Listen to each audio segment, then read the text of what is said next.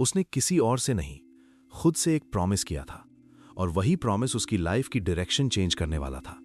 लेकिन तुम्हें लगेगा ये बस एक सिंपल डिसीजन था, पर असल में ये उसकी जिंदगी का सबसे डेंजरस टर्निंग पॉइंट था।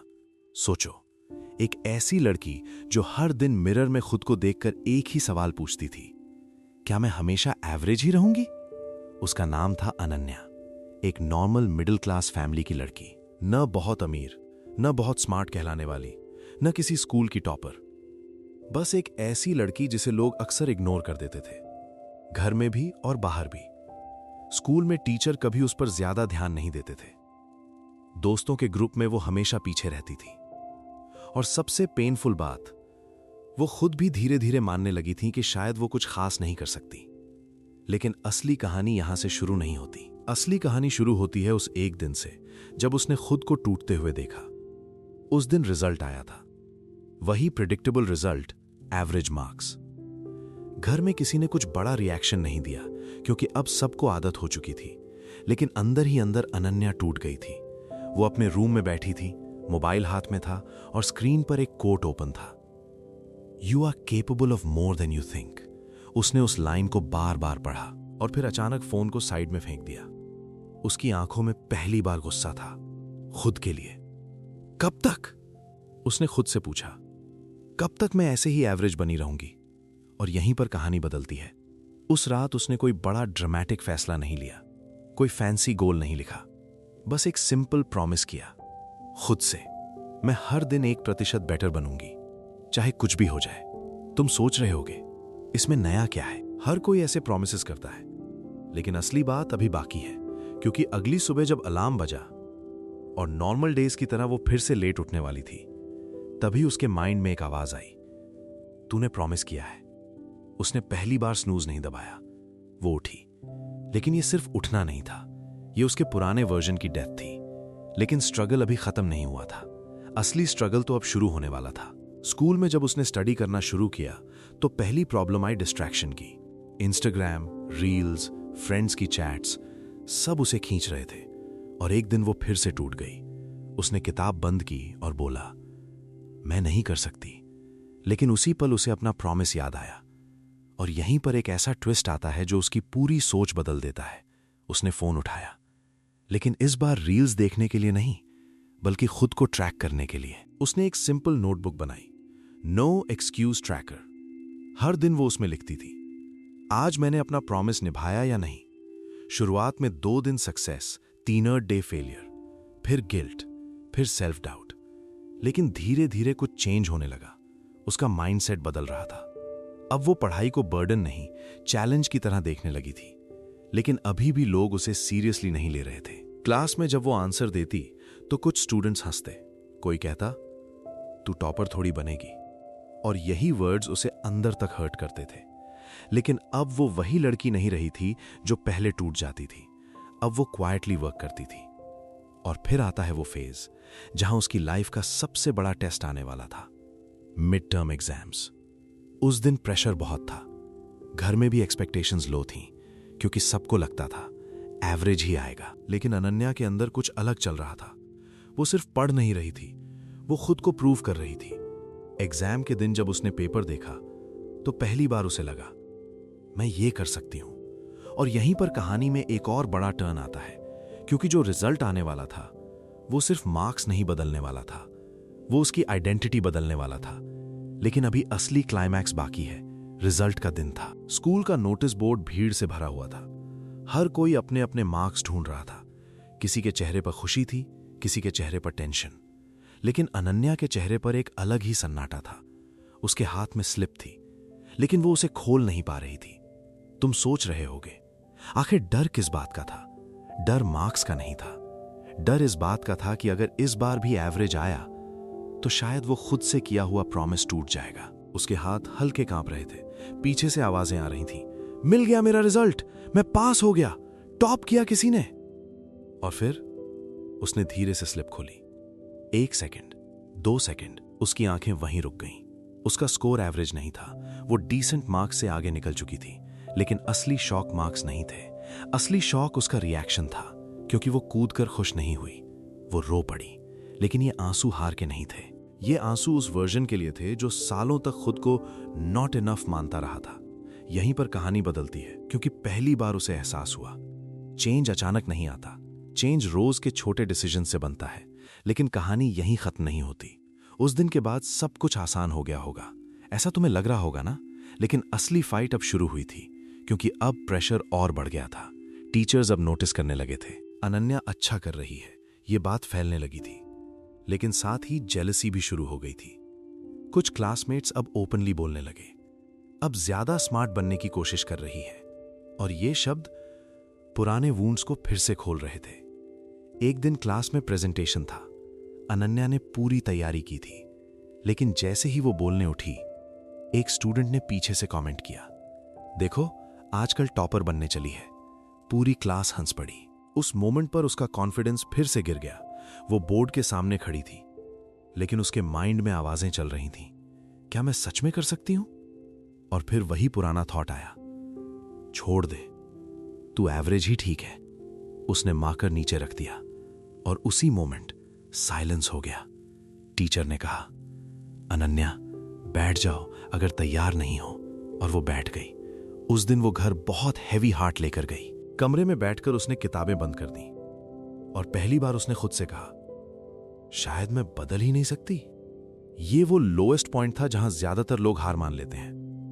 लेकिन यहीं से असली ट्विस्ट आता है, क्योंकि उसी रात उसके फोन में एक मैसेज आया, उसकी ओल्ड नोटबुक की फोटो, जिसमें लिखा था नो एक्सक्यूज ट्रैकर। और नीचे किसी ने लिखा था, तूने ये प्रॉमिस क्यों किया था? तुम सोच रहे होगे ये मैसेज किसने भेजा, और जवाब अभी बाकी है। लेकिन उस एक लाइन ने उसके अंदर कुछ तोड़ दिया और कुछ नया भी बना दिया। उस रात वो सो नहीं पाई, और अगली सुबह जो हुआ उसने उसकी पूरी कहानी का डायरेक्शन बदल दिया। लेकिन असली कमबैक अभी बाकी है।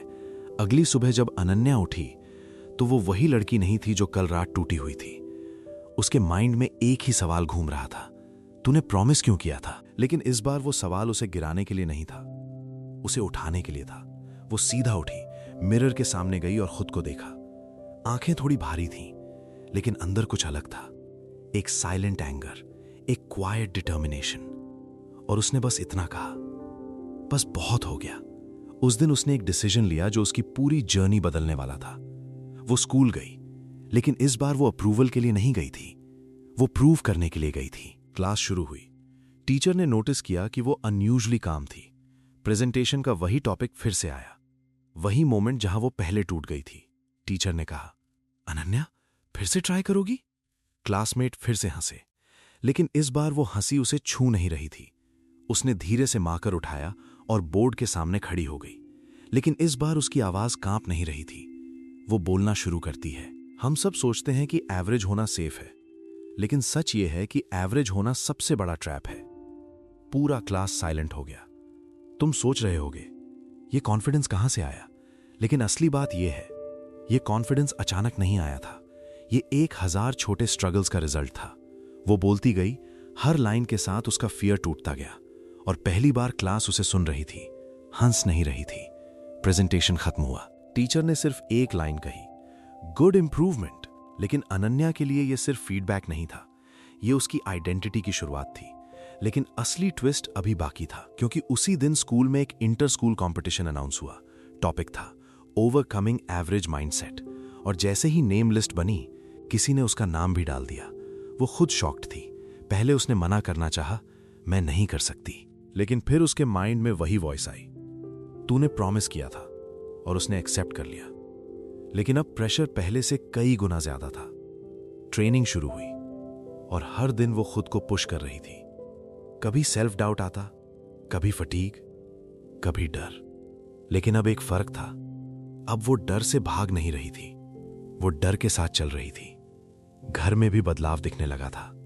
मां ने पहली बार कहा, तू बदल रही है बेटा। और ये लाइन उसके लिए किसी मेडल से कम नहीं थी। लेकिन कंपटीशन से एक रात पहले वो फिर टूट गई। प्रेपरेशन पूरी थी, लेकिन कॉन्फिडेंस नहीं था। वो बेड पर बैठी थी और सोच रही थी, अगर मैं फेल हो गई तो? और तभी फोन में एक वॉइस नोट आया, तू ऑलरेडी एवरेज नहीं रही, तू बस खुद को अभी भी एवरेज समझ रही है। और ये वॉइस नोट उसकी लाइफ का सबसे बड़ा टर्निंग पॉइंट बनने वाला था, क्योंकि अगली सुबह जो होने वाला था वो सिर्फ कंपटीशन नहीं था, वो उसकी पहचान का फाइनल टेस्ट था। और अब कहानी अपने सबसे बड़े क्लाइमैक्स की तरफ बढ़ रही थी। कंपटीशन का दिन आ गया था। ऑडिटोरियम लोगों से भरा हुआ था। अलग अलग स्कूल्स के स्टूडेंट्स, टीचर्स, जजेस, सबकी नजरें स्टेज पर थीं। लेकिन अनन्या के लिए यह सिर्फ कंपटीशन नहीं था, यह उसके अंदर चल रही फाइट का फाइनल एग्जाम था। उसके हाथ ठंडे थे, दिल तेज धड़क रहा था, लेकिन इस बार वो पीछे नहीं हट रही थी। तुम सोच रहे होगे, आखिर इस लड़की में ऐसा क्या बदल गया? वही लड़की जो कभी प्रेजेंटेशन में बैठ जाती थी, आज उसी स्टेज पर खड़ी थी। नाम अनाउंस हुआ, Ananya from city public school. उसने एक डीप ब्रेथ लिया और स्टेज पर कदम रखा। पहले कुछ सेकंड साइलेंस था और फिर उसने बोलना शुरू किया। हम सब अपनी लाइफ में एवरेज होने से डरते हैं, लेकिन असल में एवरेज होना डर नहीं है, एवरेज रहना एक चॉइस है। पूरा हॉल सुन रहा था। इस बार कोई हंसी नहीं, कोई विस्पर नहीं, हर वर्ड लोगों को अंदर तक जा रहा था। और जैसे जैसे वो बोलती गई, उसकी आवाज स्ट्रांग होती गई। मैं भी वही लड़की थी जिसे लोग एवरेज समझते थे, और मैं खुद भी मान चुकी थी कि शायद मैं कुछ नहीं कर सकती। उस मोमेंट पर उसकी आवाज थोड़ी हैवी हो गई, लेकिन वो रुकी नहीं। लेकिन फिर मैंने खुद से एक प्रॉमिस किया, और यहीं पर पूरा हॉल जैसे फ्रीज हो गया, क्योंकि अब ये सिर्फ स्पीच नहीं थी, ये उसकी लाइफ स्टोरी बन चुकी थी।